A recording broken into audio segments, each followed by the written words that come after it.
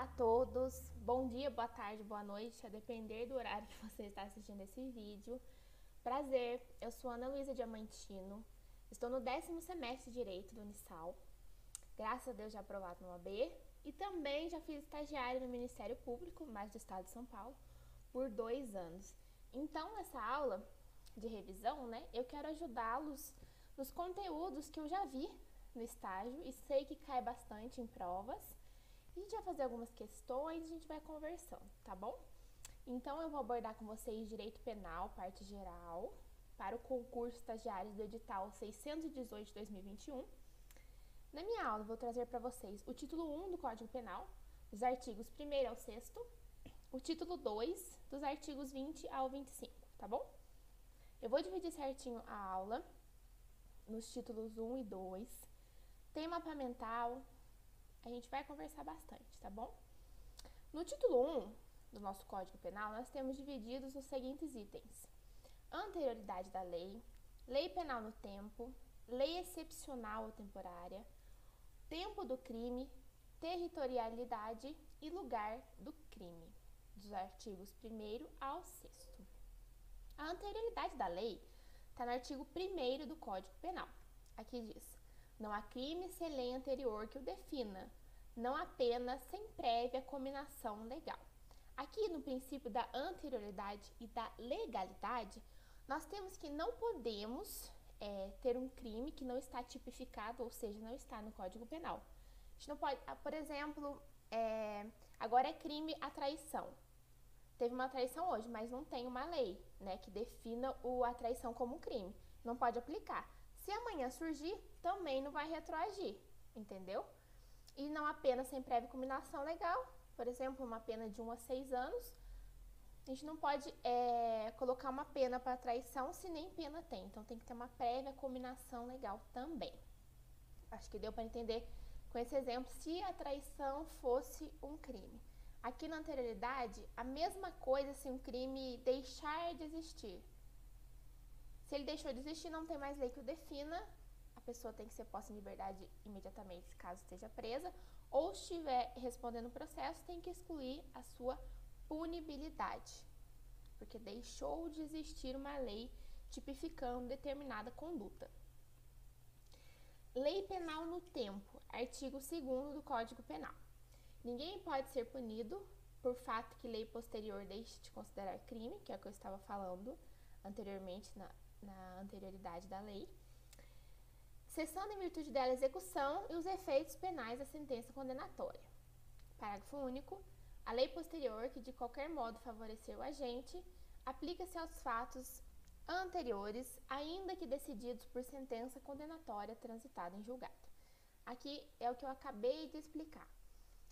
Um fato, exemplo da traição, deixou de ser crime. A partir do momento que deixou de ser crime, a pessoa tem que ter a sua punibilidade extinta, não pode mais responder pelo processo de traição. Ela não pode continuar cumprindo pena pelo processo de traição. E do parágrafo único, por exemplo, temos algum artigo, que foi alterado em favor do agente.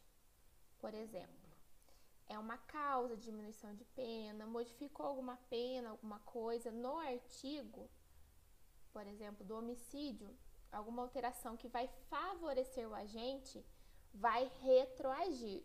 Porém, se essa alteração for maléfica, for in malam partem, a gente usa em bonam partem e malam partem, não pode aplicar aos fatos anteriores, só se de algum modo for favorecer o réu.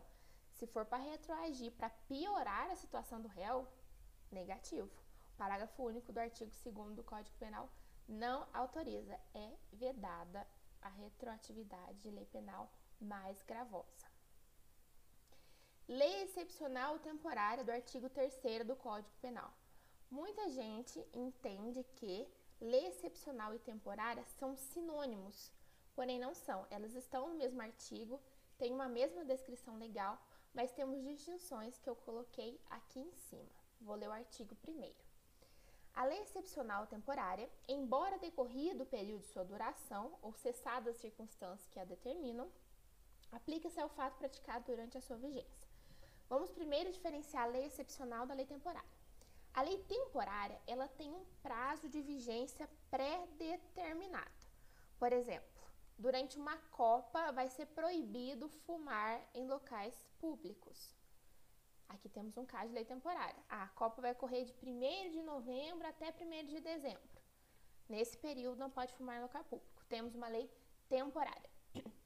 A lei excepcional, por sua vez, ela tem característica emergencial. Ela vai ter um prazo indeterminado, mas vai estar condicionado a uma situação transitória, né? Aí, quando a situação ela cessar, a vigência da lei também cessa.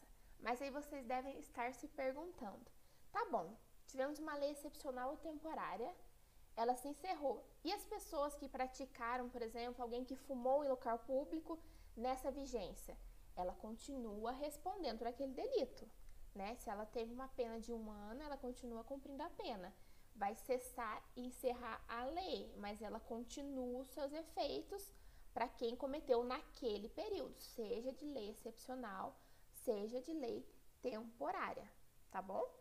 Então, ela tem uma duração, seja ela indeterminada por uma situação emergencial ou pré-determinada, né? Que foi o exemplo da Copa que eu dei. Mas se a pessoa cometeu durante a vigência, ela continua cumprindo a pena, qualquer medida que foi imposta, tá bom? Agora temos tempo do crime.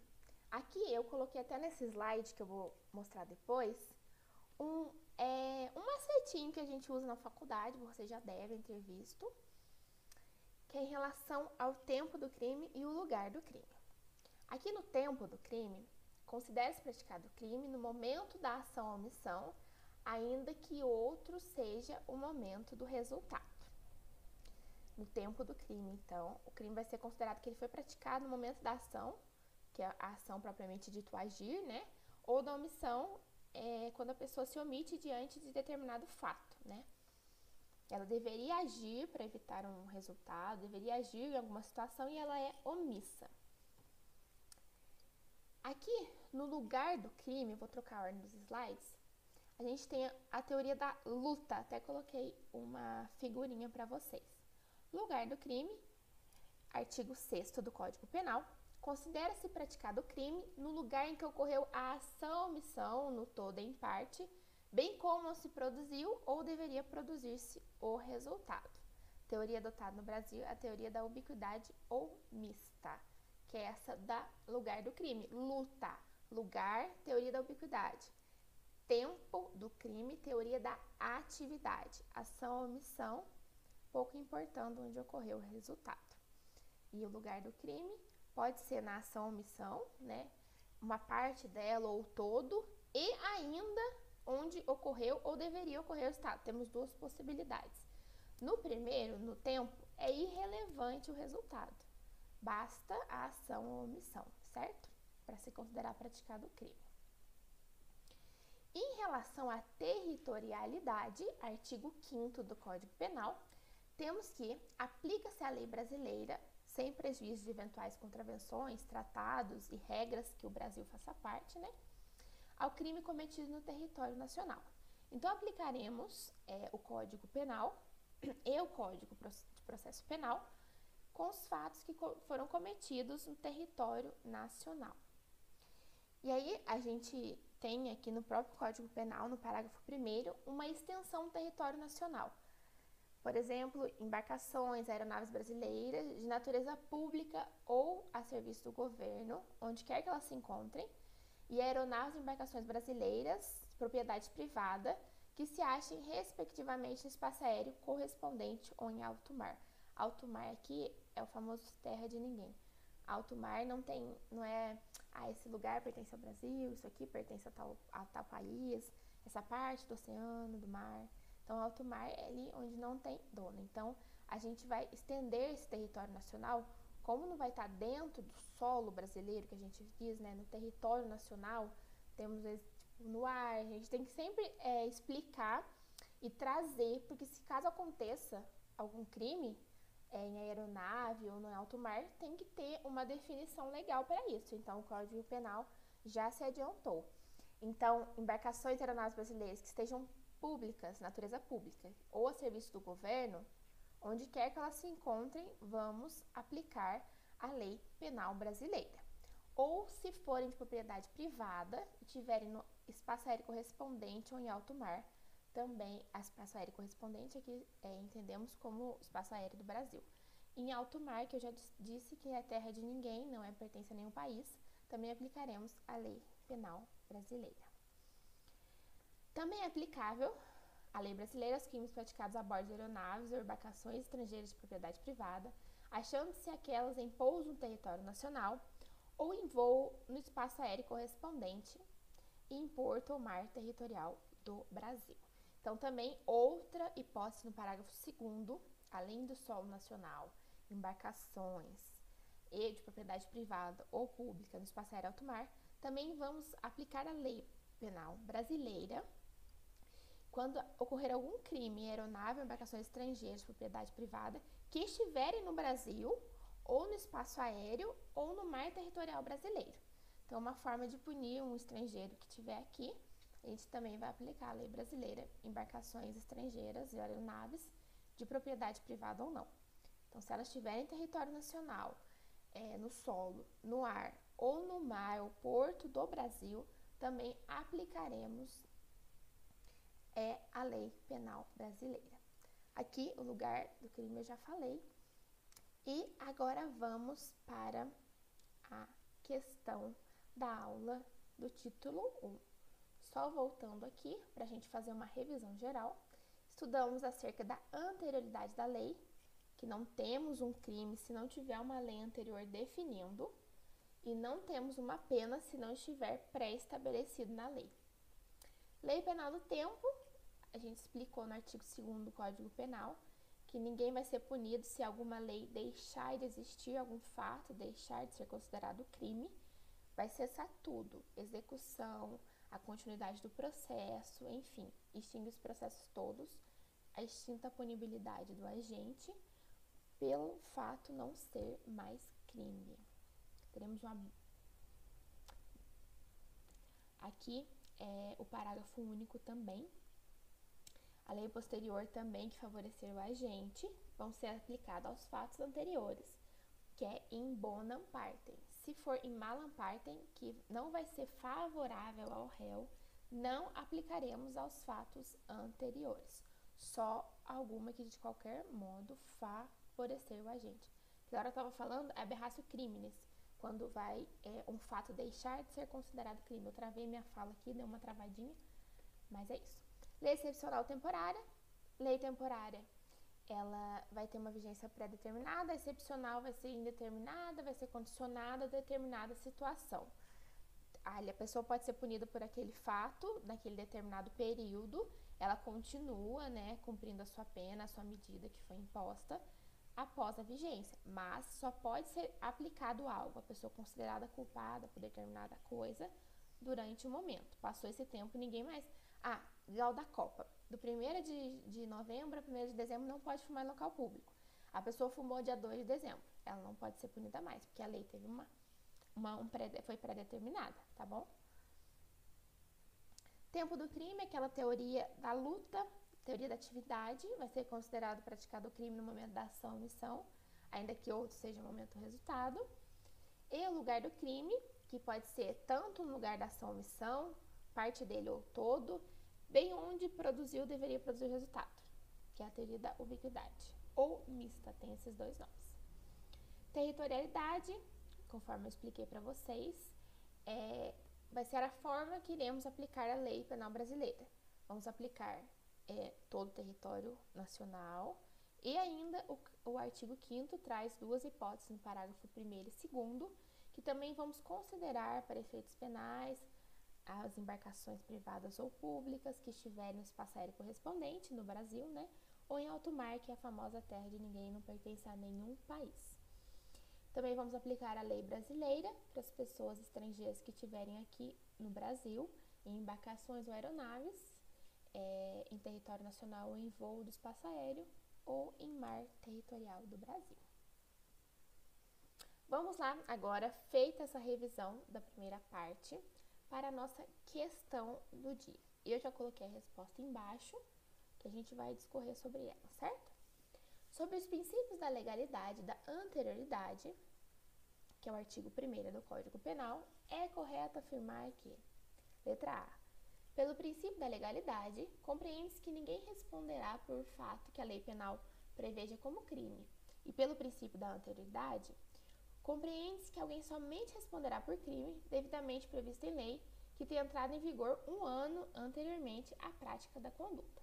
Claramente está errada, não tem esse prazo de 1 ano à prática da conduta.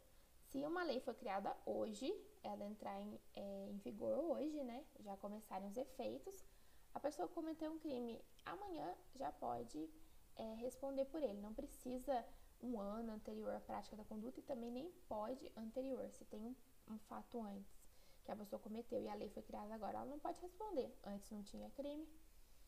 Letra B. Os princípios da legalidade e da anterioridade pressupõem a existência de lei anterior à prática de uma determinada conduta para que essa possa ser considerada crime. Essa questão está perfeita, é a resposta certa, porque tem que existir uma lei anterior, que a pessoa pratica um fato, tem que ter a lei anterior que incrimine essa conduta, que aí vai ser considerada crime, é que a pessoa responde. Letra C. Tais princípios são sinônimos e significam a necessidade de existência de lei para que uma conduta seja considerada crime. Não. O princípio da legalidade e da anterioridade não são sinônimos. A legalidade, que tem que estar prevista em lei, a anterioridade, que tem que ser o fato, tem que ser cometido após a criação dessa lei ou a existência dessa lei, e para a aplicação da pena. Então, não são sinônimos. D. São incompatíveis um com o outro, já que pressupõem circunstâncias diversas. Não, na verdade, um complementa ao outro. Legalidade trazer ao crime e a anterioridade do fato ter sido praticado a vigência da lei. Então, não são incompatíveis, na verdade, são complementares. Alternativa E. Pelo princípio da anterioridade, compreende-se a previsão anterior de determinada conduta como criminosa, independentemente da lei por sentido estrito. Não. Tem que ter a lei antes da prática da conduta. É um requisito. Então, ambos se complementam, o princípio da legalidade e da anterioridade. Então, a alternativa correta aqui é a letra B. Os princípios da legalidade e da anterioridade pressupõem a existência de lei anterior à prática de uma determinada conduta para que esta possa ser considerada como crime. Bom, eu vou seguir a sequência de slides. A professora Patrícia também vai abordar o título 1 e 2, mas ela ficou responsável pelos artigos 7º até o 19 do Código Penal, dividido o título 1 e o título 2, tem essa divisória. E eu estou com o título 2, ela ficou do artigo 13 ao 19 e eu do 20 ao 25. Então, o que eu vou abordar com vocês agora do título 2 é sobre erros sobre elementos do tipo, erros sobre a ilicitude do fato, coação irresistível e obediência hierárquica, exclusão de ilicitude, estado de necessidade e legítima defesa. Eu dividi esses tópicos para ficar mais fácil a nossa aula. Já adianto que a gente vê muito no Ministério Público a parte de exclusão de ilicitude. Sempre a defesa, seja em resposta à acusação, memoriais, qualquer peça processual que for permitido também, tenta achar uma causa de exclusão de ilicitude, tá bom? Então, aqui eu trouxe um mapa mental para vocês. O que é considerado crime? Os elementos do crime. O crime tem que ser um fato culpável, típico, definição legal, e ilícito, ou seja, antijurídico, em dissonância do ordenamento jurídico, tá bom? Fato típico, então, tem que ter conduta, resultado, nexo causal e atipicidade. Pode ser comissivo, ou seja, ação, omissivo, impróprio ou omissivo. Então, essa é a teoria do crime. Quis trazer um mapa mental primeiro para ficar mais fácil da gente adentrar no erro de tipo, exclusão de ilicitude, tá bom? Então, os elementos aqui temos a culpabilidade, tipicidade e ilicitude. Vamos focar. Na ausência de qualquer um deles, seja 1, 2 ou 3, não temos crime. Se o fato for ilícito, não temos crime. Se for atípico, não temos crime. Se não existir culpabilidade, também não teremos crime. Ana, ele é culpável, típico, mas não é ilícito. Então, a gente não tem o crime, que é o que a gente vai estudar agora, tá bom? Vamos lá. Erro sobre elementos do tipo do artigo 20 e erro sobre a ilicitude do fato de proibição. São coisas diferentes, tá bom? Na teoria do erro do artigo 20, eu não vou ler o artigo, preferi trazer um mapa mental e algumas figurinhas que eu acho que vai ficar mais fácil de entender. No erro de tipo, nós temos o erro de tipo essencial, que ele pode ser incriminador ou permissivo. Temos o erro de tipo acidental, que é erro sobre o objeto, sobre a pessoa, o delicto e o ictus, ok? O erro de tipo essencial incriminador é o erro sobre o elemento constitutivo do tipo. Se ele for vencível, o tipo penal que eu digo, ele vai excluir o dolo, mas vai punir a título de culpa se houver prisão legal. Porque vocês sabem que não podemos incriminar uma pessoa por um crime culposo se a culpa, né, a modalidade de culpa, não estiver prevista no Código Penal, tá bom? E se for invencível esse erro de tipo, vai excluir o dolo e a culpa. Então, o legislador ajudou aqui. Se ele for vencível, tá bom, eu vou excluir o dolo, mas eu vou punir a título de culpa, tá bom? O permissivo, a pessoa vai supor uma situação que, se existisse, seria legítimo. Então, se for vencível, vai excluir o dolo, mas vai punir a culpa, se previsto. Se for invencível, vai isentar o réu de pena, ok? O erro acidental é o erro sobre o objeto, sobre a pessoa. Então, por exemplo, aqui eu estou disparando com a arma de fogo e queria atingir o objeto A, atingir o objeto B. Eu errei, certo? Quis atingir o A, atingir o B. Então, tem um erro no objeto. Erro sobre a pessoa, ou eu posso atingir um bem jurídico diferente. Exemplo, no erro na execução, que é o aberratio ictus, já vou explicar ele. Eu quero atingir a pessoa A, por um erro na minha execução, eu atingi a pessoa B.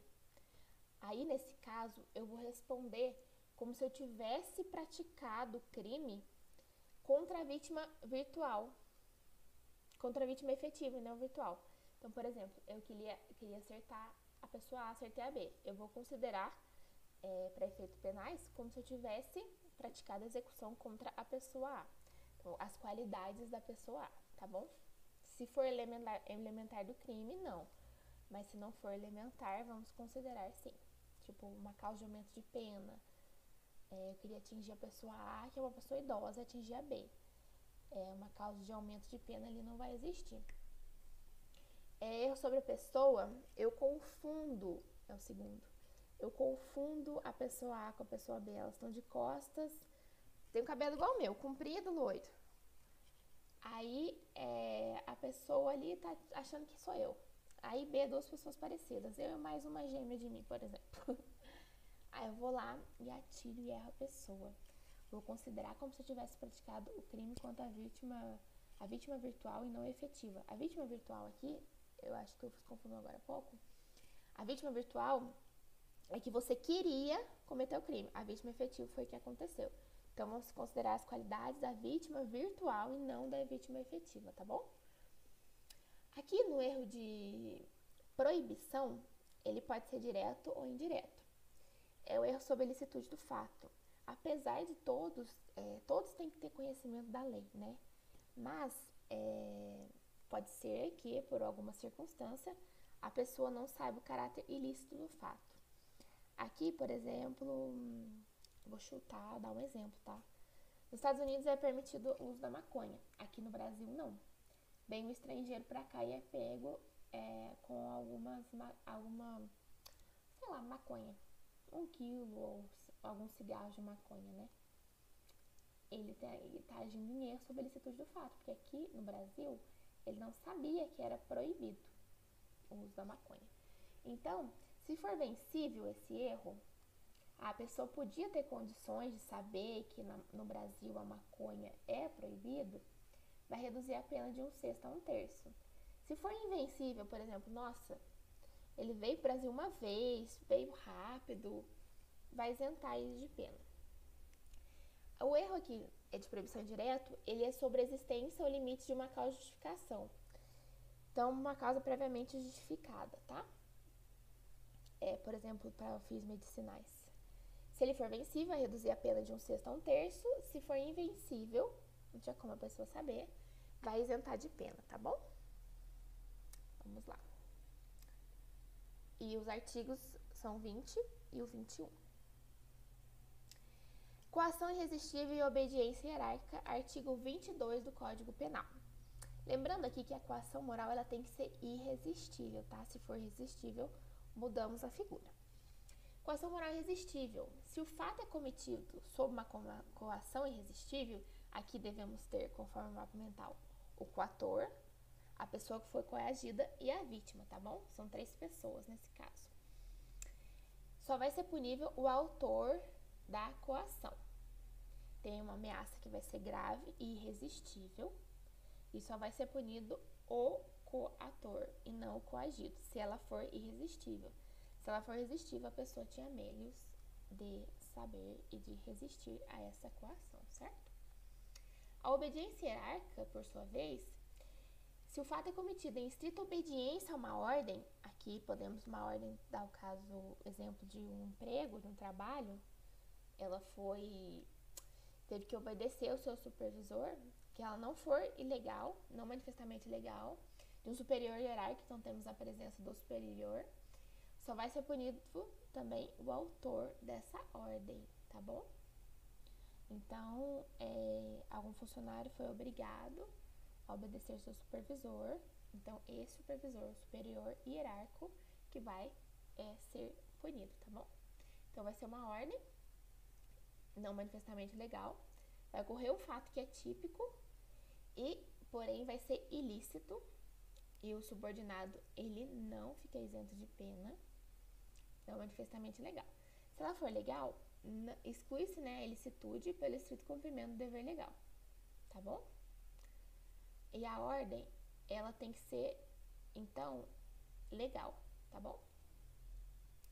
Se a ordem for legal, na verdade, não vai existir o crime, então vai excluir a ilicitude pelo estrito cumprimento do dever legal, certo?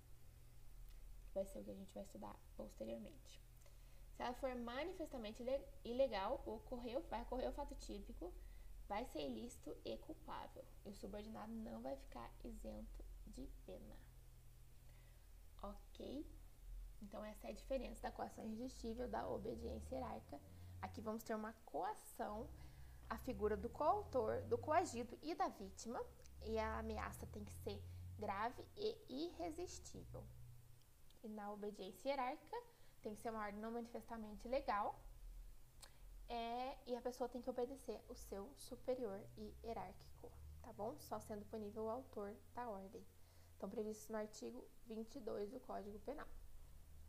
Aqui, já chegando quase no finalzinho da nossa aula, as causas de exclusão da ilicitude que eu disse para vocês que, quando eu fiz estágio, pelo menos, eu via muito, sempre a defesa pedindo alguma dessas causas excludentes de ilicitude, que aqui eu trouxe um mapa mental para vocês, na verdade é mais uma decoreba, assim, para memorização, que a gente grava a figura do Bruce Lee. L, legítima defesa, estado de necessidade, exercício regular de direito e estrito cumprimento do dever legal. Estão previstas no artigo 23 do Código Penal. Então, basta a gente lembrar do Bruce Lee para lembrar de legítima defesa, estado de necessidade, exercício regular de direito e estrito cumprimento do dever legal. Nessa modalidade de estado de necessidade e legítima defesa, eu quis trazer para vocês 2 mapas mentais para entender a diferença deles, tá bom? Aqui temos uma figura do estado de necessidade, como vocês podem ver na tela, o cachorro, e o pai está com um pedaço de pau para matar o cachorro, certo? Está avançando no seu filho. Ali, ele está agindo, tem um conflito de interesses, né? Vai ter que sobreviver o filho e o animal, bem provável que vai morrer. Então, tem que ser uma ação e a pessoa está sendo exposta a perigo. Ela está passando por uma situação de perigo no estado de necessidade, seja ele atual ou iminente. Iminente é o que está prestes a acontecer. O estado de necessidade está previsto no artigo 24. A legítima defesa, a pessoa vai se defender de uma injusta agressão, também atual ou iminente. Atual que está acontecendo ou iminente que está prestes a acontecer. Na legítima defesa, temos alguns critérios, os meios necessários. A vítima de injusta agressão, ela tem que usar de um meio disponível para livrar da ameaça. Mas, obviamente, que tem que ser um meio disponível para acabar com a ameaça, para livrar e cessar, que seja necessário para repelir a agressão. Exemplo, uma pessoa está vindo me bater, eu tenho uma arma e tenho um pedaço de pau. Eu vou tentar me defender com esse pedaço de pau e não com uma arma, certo? O meio necessário é esse. A arma também sai dando disparada de tiro nas pessoas, claro que não, né? Tem que ser um meio para repelir essa injusta agressão, porque você responde por excesso. No artigo 25, após, se eu não me engano, 26 ou algum parágrafo do 25, você responde por esse excesso, tá? Meios moderados deve ser proporcional à ameaça ou à gravidade. Levei um tapa, retribuo com um tapa, isso tá um meio moderado, certo? Não, levei um tapa, vou lá e tento esganar a pessoa. O meio não foi moderado, certo? Para você defender o interesse próprio de terceiros, tá bom? E é o mesmo caso do estado de necessidade, você está tentando defender o direito próprio ou de terceiro. No caso aqui, o pai está tentando defender o filho e ele mesmo, né? Então, aí, um quadro da diferença do estado de necessidade para a legítima defesa. Estado de necessidade tem um conflito, que é legítimo, então tem que sobreviver um para outro perecer. Vai ser a preservação do interesse ameaçado, vai fazer através do ataque de uma ação. E o bem jurídico é exposto a perigo, tem um perigo atual ou iminente, certo? Na legítima defesa, e pode ser direito seu ou de outrem. Na legítima defesa tem um conflito de interesses lícitos de um lado e ilícito de outro. Você vai preservar o interesse ameaçado através da defesa, você vai reagir. Então, primeiro a pessoa tem que praticar uma ação e você vai reagir a ela. O bem jurídico exposto aqui é uma agressão, tá bom? Vamos fazer um retorno aqui e para as outras duas causas, a exclusão da ilicitude, que é o exercício regular de direito e estrito cumprimento do dever legal. O exercício regular de direito, a gente vê o caso de competidores de luta, né? Eles estão em exercício regular de seu direito. Eles estão agindo conforme as normas da luta, então também tem uma excludente de ilicitude aqui, tá bom?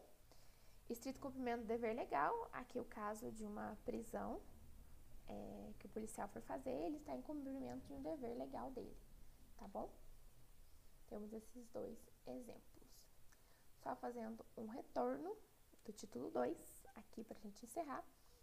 Falamos sobre elementos do tipo penal, da descrição penal, sobre a ilicitude do fato, sobre a coação irresistível, obediência hierárquica, a exclusão de ilicitude, estado de necessidade e legítima defesa.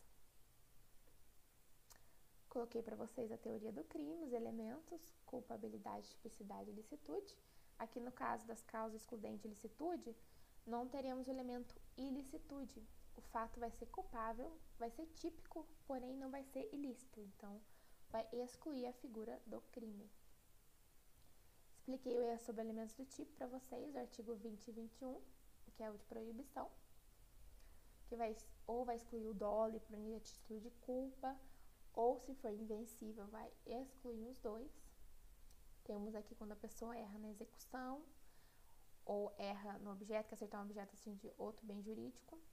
Temos o erro também nesse caso. O erro de proibição, a pessoa, ela acredita na situação, que ela pode, que aqui, né, o fato não é punível, não é crime, tal conduta, então ela age sobre a ilicitude do fato, ela não sabe que aquele fato é ilícito, ou seja, antijurídico. A coação moral irresistível, lembrando que tem que ser irresistível, quando ela passa a ser resistível, muda a figura. Tem que ser uma ameaça grave e irresistível, a presença do coator, do coagido e da vítima. Obediência hierárquica vai ser uma ordem, a pessoa vai estar obedecendo uma ordem do seu superior hierárquico, vai ser punível o autor da ordem, ok? A ordem não manifestamente legal. Ocorre o fato típico, a ilicitude e o subordinato, certo? As causas excludentes de ilicitude, lembrar do macete do Bruce Lee, legítima defesa, estado de necessidade, exercício regular de direito e estrito cumprimento do dever legal. Estão previstos no artigo 23 do Código Penal. Legítima defesa, a pessoa ela vai se salvar de uma situação de agressão, seja ela atual, está acontecendo ou iminente, está prestes a acontecer, usando sempre os meios necessários e moderados para repelir aquela agressão. Ou seja, se eu estou levando um tapa, eu vou também dar um tapa na pessoa, eu não vou pegar uma arma e matar, né? Não é o meio necessário, muito menos moderado. Estado de necessidade, a pessoa está em situação de perigo, seja ele atual, também está acontecendo ou iminente, que está prestes a acontecer, para você salvar um direito seu ou de outra pessoa. Você vai fazer um sacrifício aqui de bens jurídicos. Então, se tem um cachorro tentando bravo, né, sei lá, um Rottweiler, vai vir pra cima de você. Você vai agir em estado de necessidade. Se você, acaso, matar o cachorro, você está tentando salvar a sua vida. Isso é uma situação de perigo. Exercício regular de direito é o caso do lutador. Eles têm as normas do boxe, então você está agredindo, aspas, ali na verdade está em relação à profissão, à luta em si. Então você está agindo em exercício regular do seu direito. O estrito cumprimento do dever legal, um policial que está realizando uma prisão, por exemplo, ele está privando a liberdade da pessoa, às vezes ele se utiliza de uns meios necessários para tentar realizar a prisão, né? Meios necessários que sempre tem um laudo também para constatar se essa lesão foi necessária por conta da prisão, então ele está estrito cumprimento do dever legal. Aqui, da legítima defesa, já expliquei, deixei o quadrinho. E agora vamos para a questão. Eu vou ler para vocês, que ficou pequenininho, porque a questão é grande, tá bom? Durante a operação policial, em localidade com presença de criminosos armados, o policial Jonathan, temendo pela sua integridade física e de seus colegas policiais, se assusta ao ver sair de uma casa um homem segurando um guarda-chuva com ponta metálica. Por pensar, ele imaginou então, tratar-se de uma arma de fogo e não de um guarda-chuva, Jonathan atira e vem a matar a vítima, Caio, que saía de casa em direção ao trabalho. Acerca do erro praticado por Jonathan, assinale a opção que indica a tese de direito material que poderia ser usada em sua defesa.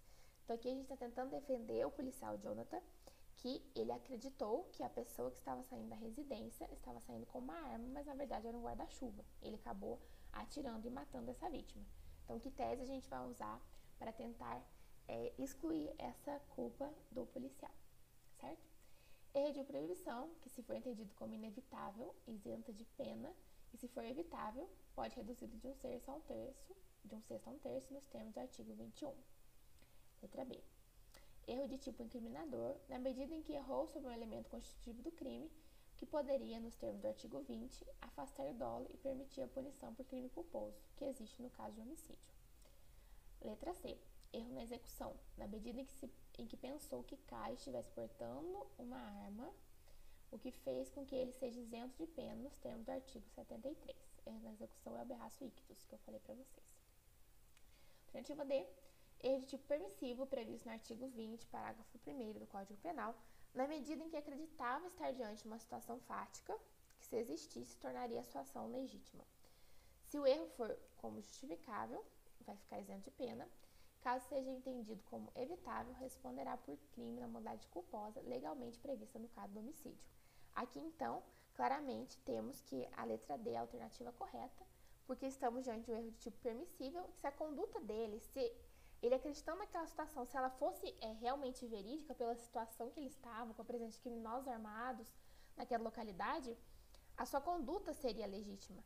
Então, se for justificável isso, ele vai ser isento de pena. Caso ele pudesse evitar de saber que era um guarda-chuva, ele vai responder pelo crime na modalidade culposa, uma vez que aqui é previsto no homicídio, no 121, a modalidade culposa. Caso não fosse, não poderia. Eu expliquei para vocês que só pode se houver a modalidade culposa do tipo penal. Certo?